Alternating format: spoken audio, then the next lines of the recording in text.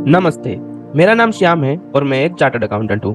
तो आज हम देखने वाले हैं कि आफ्टर कंप्लीटिंग सीए हम क्या कर सकते हैं और वहाँ पे एक इम्पोर्टेंट ऑप्शन है जो जनरली हम मिस कर जाते हैं, वो हम देखने वाले हैं। तो सबसे पहले इधर हम प्रैक्टिस कर सकते हैं और जॉब कर सकते हैं। प्रैक्टिस के अंदर हमको एक जॉब लगाना है और काम चालू कर दें। अब जॉब करते हैं तो जॉब में हमारे पास बेसिकली 2 ऑप्शंस रहते हैं, इधर हम सर्विस बेस्ड कंपनी में काम करें और प्रोडक्ट बेस्ड कंपनी में काम करें। सर्विस बेस्ड कंपनी यानी जिसका खुद का कोई प्रोडक्ट नहीं रहता बट हम क्लाइंट को सर्विस प्रोवाइड करते हैं। फॉर एग्जांपल बिग फोर, जहां पे हम ऑडिटिंग, टैक्सेशन एटसेट्रा क्लाइंट को सर्विसेज प्रोवाइड कर रहे हैं। For example banks, for example KPOs. अभी ये केपीओस का भी बहुत बढ़िया चल रहा है जो ओवरसीज अकाउंटिंग और ओवरसीज टैक्सेशन देख रहे हैं। तो ये हो गया हमारे पास सर्विस बेस्ड ऑप्शन। जो सेकंड ऑप्शन हमारे पास रहता है वो है प्रोडक्ट बेस्ड कंपनीज। वहां for example Reliance, Adani, Vedanta etcetera, जहां पे हमारा जनरली रोल रहता है to finalize the accounts, to coordinate with state auditors etcetera etcetera. जो थर्ड इंपॉर्टेंट ऑप्शन रहता है वो है PSU, public sector undertaking, job in public sector undertaking और गवर्नमेंट जॉब। इसको हम गवर्नमेंट जॉब भी बोलते हैं। अब जो पीएसयू का ऑप्शन रहता है वो जनरली अनएक्सप्लोर्ड रहता है। फर्स्ट ऑफ ऑल हम ये देखते हैं कि पीएसयू में जॉब क्यों करना है। तो मेरा खुद का स्टोरी बताऊं तो पहले मैं बिग फोर में जॉब करता था, उसके बाद में पीएसयू में शिफ्ट हो गया था। अब 2 साल में मैं पीएसयू बैंक में काम करता हूँ सिंस लास्ट 2 इयर्स, और उससे पहले मैंने 1 साल बिग फोर में काम किया था।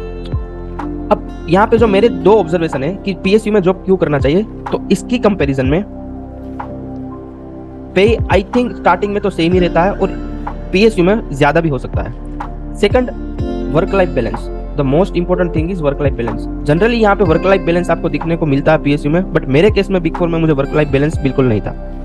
और third thing, the most important is job security. कितना भी रिसेशन आ जाए, कुछ भी हो जाए, आपको जॉब सिक्योरिटी ऑलवेज रहेगी। तो अभी ये देखते हैं कि पीएसयू में जॉब कैसे करें, पीएसयू में जॉब कैसे मिलता है। तो अभी जो फिलहाल पीएसयू का पॉलिसीज है वो है all India recruitment. They will hire employ only and only through all India recruitment drive. तो उसमें वो लोग क्या करते हैं, अपनी साइट पे वो नोटिफिकेशन अपलोड करते हैं, उसमें सारे स्टूडेंट्स अप्लाई करते हैं और वहां से उनको फिर based on their criteria they will select the employees. तो ये जनरली उनका प्रोसेस रहता है। तो हमारे पास इसका नॉलेज होना जरूरी है कि कब कौन सा नोटिफिकेशन आ रहा है और कब हम अप्लाई कर सकते हैं। तो इस चैनल का ये पर्पस है कि हम यहाँ पे क्या करेंगे कि जो भी पीएसयूज की नोटिफिकेशन आ रही है हम डेली बेसिस पे अपलोड करना चालू करेंगे और as and when the notification will come will try to upload the video. Second चीज, I will share my experience कि मेरा पीएसयूज में एक्सपीरियंस कैसा है, मेरा बिग फोर में एक्सपीरियंस कैसा था, उसके रिगार्डिंग हम प्रिपरेशन कैसे कर सकते हैं। तो चलिए आज का हमारा रिक्रूटमेंट हम देखते हैं, वो it is regarding power grid. तो कोई भी नोटिफिकेशन हो उसको ऑफिशियल वेबसाइट से ही देखना बेटर रहता है। तो हम पावर ग्रिड की ऑफिशियल वेबसाइट पे जाते हैं, तो वहाँ पे ओपनिंग का एक सेक्शन है, वहां पे हमको देखने को मिलेगा recruitment regarding CA and CMA as a officer training. और यहाँ पे हम देख पा रहे हैं कि उसका एप्लीकेशन विंडो है जो 25 अक्टूबर से स्टार्ट होकर 14 नवंबर तक रहने वाला है। तो हमको अप्लाई करने 14 नवंबर से पहले ही अप्लाई करना पड़ेगा। अब यहाँ पे नोटिफिकेशन देखते हैं क्या है। तो जैसे कि हम जानते हैं कि पावर ग्रिड एक महारत्न कंपनी है, इसको हम कॉर्पोरेट और पीएसयू का बिग फोर बोल सकते हैं।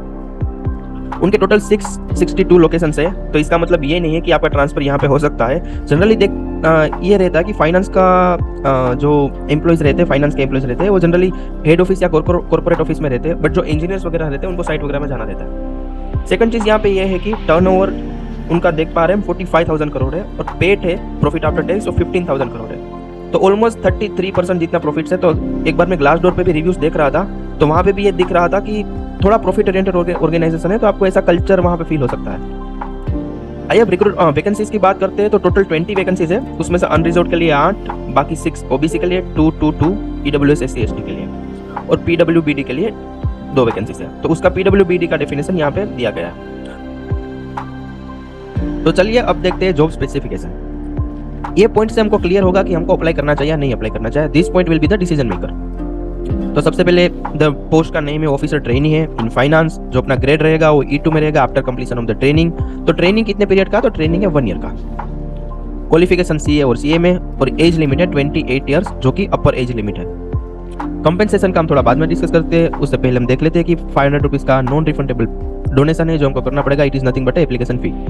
सर्विस लेवल एग्रीमेंट और सर्विस एग्रीमेंट जो बॉन्ड है वो कितने साल का, तो जनरल और ओबीसी के लिए 5 लाख का बॉन्ड है, बाकी लोगों के लिए 2.5 लाख का बॉन्ड है और 3 ईयर्स तक का बॉन्ड रहेगा after completion of training period. तो यहाँ पे जो ट्रेनिंग पीरियड है वो 1 ईयर का है और उसके बाद हमको E2 में इंक्लूड किया जाएगा। तो चलिए एक बार लिंक्डइन पे देख लेते हैं कि क्या डिजिग्नेशन रहेगा, कितने टाइम का ट्रेनिंग पीरियड रहेगा और कहाँ पे उनका ट्रेनिंग रहेगा। तो लिंक्डइन में हम सर्व कर रहे थे और हमको 2 या 3 प्रोफाइल मिले हैं जो पावर ग्रिड में से है, पावर ग्रिड में ऑलरेडी जॉब कर रहे हैं। तो यहाँ पे हम देख सकते हैं कि एग्जीक्यूटिव ट्रेनिंग इन फाइनेंस है, उनका गुड़गांव में 1 ईयर का ट्रेनिंग था और उसके बाद उनको प्रमोशन मिलने के बाद वो असिस्टेंट मैनेजर लेवल पे है। सेकंड प्रोफाइल यहाँ पे है हमारे पास, उनका भी सेम है, एग्जीक्यूटिव ट्रेनिंग थे 1 ईयर के लिए गुड़गांव में, उसके बाद assistant manager for 3 years and उसके बाद डेप्यूटी मैनेजर। तो ये प्रोफाइल यहाँ पे कुछ है जो पावर ग्रिड के हैं, आप उनसे कनेक्ट भी कर सकते हैं, कोई और डाउट हो तो आप उनको रीच आउट भी कर सकते हैं, और कोई अदर डाउट्स भी हो तो आप मुझे भी रीच आउट कर सकते हैं। ये मेरा प्रोफाइल है सी एस श्याम खेमानी, मैंने मेरा करंट जो प्रोफाइल है वो अभी तक अपडेट नहीं किया है, बट कोई और भी डाउट्स हो तो आप मुझे भी रीच आउट कर सकते हैं। चलिए तो अब देखते हैं कि नोटिफिकेशन में आगे क्या है। तो ये हो गया जॉब का grade level and training period, कहाँ पे ट्रेनिंग पीरियड रहेगा और कितने टाइम के लिए ट्रेनिंग रहेगा। अब हम एक बार देख लेते हैं कि कंपेंसेशन पैकेज क्या है। तो कोई भी जॉब हो उसका कंपेंसेशन पैकेज क्या रहेगा, तो उसमें मेनली 2 चीजें होती है, एक होता है बेसिक और एक होते हैं अलाउंसेस।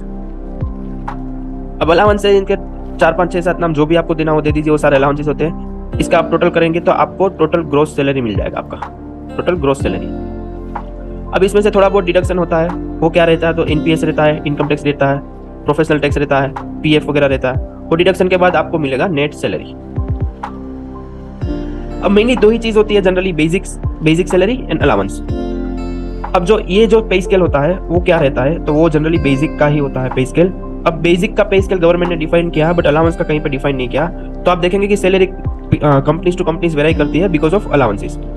अब अलाउंस जनरली थोड़े बहुत स्पेसिफाई किए होते हैं कि something will be given as 12% of basic, something will be given as 3% of basic. तो थोड़े बहुत अलाउंस वैसे है जो स्पेसिफाई किए हुए, बाकी अलाउंस कंपनीज अगर चाहे तो और भी अलाउंस दे सकती है और वहां पे आपको सैलरी डिफरेंस देखने को मिलेगा। अब यहाँ पे बेसिक का जो ये पे स्केल दिया है, तो ये क्यों इंपॉर्टेंट है, क्योंकि सारे अलाउंस हो बेसिक के एज ए परसेंटेज कैलकुलेट होते हैं, तो बेसिक अगर आपका चेंज होगा तो अलाउंस भी चेंज होगा। अब इसके अलावा आपको क्या मिलता है, तो इसके अलावा आपको मिलता है परक्विजिट्स। अलाउंस है वो मॉनिटरी होता है, परक्विजिट होता है वो नॉन मॉनिटरी होता है। तो परक्विजिट के एग्जांपल अगर हम देखें तो आपको अकोमोडेशन मिल गया, कंपनी का क्वार्टर मिल गया, आपको ट्रांसपोर्ट की सर्विस दे दी गई, आपको लॉन्ड्री सर्विस दे दी गई। तो जो भी सर्विसेज आपको इन टर्म्स ऑफ मॉनेटरी आपके पास नहीं आएगी बट आपको सर्विसेज मिलेंगी, उसको बोलते हैं परक्विजिट, और जो भी मॉनेटरी बेनिफिट है उसको बोलते हैं हम अलाउंस।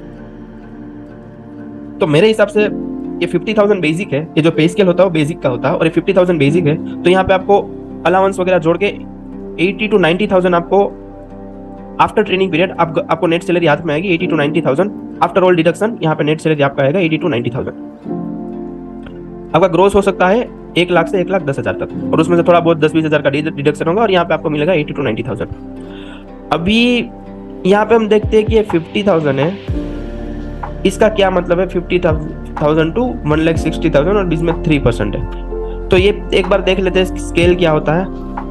स्केल का मतलब है एवरी ईयर आपको 3% का इंक्रीज मिलेगा इन बेसिक, और अगर आपका लाइफ टाइम परफॉर्मेंस आपका प्रमोशन नहीं होता तो आपका जो लास्ट बेसिक रहेगा E2 स्केल में वो रहेगा 1,60,000। तो आपको एवरी ईयर 3% इंक्रीमेंट मिलता जाएगा और लास्ट में आपका रहेगा 1,60,000। आपका फिर भी प्रमोशन नहीं होता E2 से E3, तो आपका E2 का लास्ट बेसिक रहेगा 1,60,000 और उसके ऊपर ये सारे अलाउंसेस कैलकुलेट हो गए और आपको ये सैलरी दी जाएगी। तो ये मोटा मोटी हिसाब है कंपेंसेशन का। इसके रिगार्डिंग और भी कुछ डाउट हो तो आप मुझे रीच आउट कर सकते हैं। अब चलिए देख लेते हैं कि सिलेक्शन प्रोसीजर्स क्या है। तो सिलेक्शन प्रोसीजर यहाँ पे मेनली 4 चीजें यहाँ पे इन लोगों ने दी गई है। फर्स्ट चीज है वो आपका एग्जाम रहेगा, that will be computer based test. उसमें आपको डिस्क्रिप्टिव आंसर्स भी लिखने पड़ सकते हैं। उसके बाद है आपका ग्रुप डिस्कशन, उसके बाद है बिहेवियर क्वेश्चन और उसके बाद है पर्सनल इंटरव्यू। तो अगर हम मेनली चीज देखें तो पहला आपका ये रहेगा एग्जाम्स। एग्जाम क्लियर हो जाने के बाद आपका जीडी और इंटरव्यू के लिए आपको कॉल लेटर आ सकता है। ये बिहेवियर क्वेश्चन है, वो जनरली सिचुएशनल बेस्ड क्वेश्चन होते हैं। आप कोई भी आंसर कर सकता है उसको, तो उसके रिलेटेड एक्स्ट्रा प्रिपरेशन की जरूरत नहीं होती। तो जो फर्स्ट चीज है वो आपका एग्जाम्स रहेगा, उसके बाद जीडी एंड इंटरव्यू। तो चलिए देख लेते हैं आगे कि कट ऑफ वगैरह कुछ है कि या नहीं है। तो यहाँ पे इन्होंने कट ऑफ स्पेसिफाई किया फॉर अनरिजर्व एंड ईडब्ल्यूएस।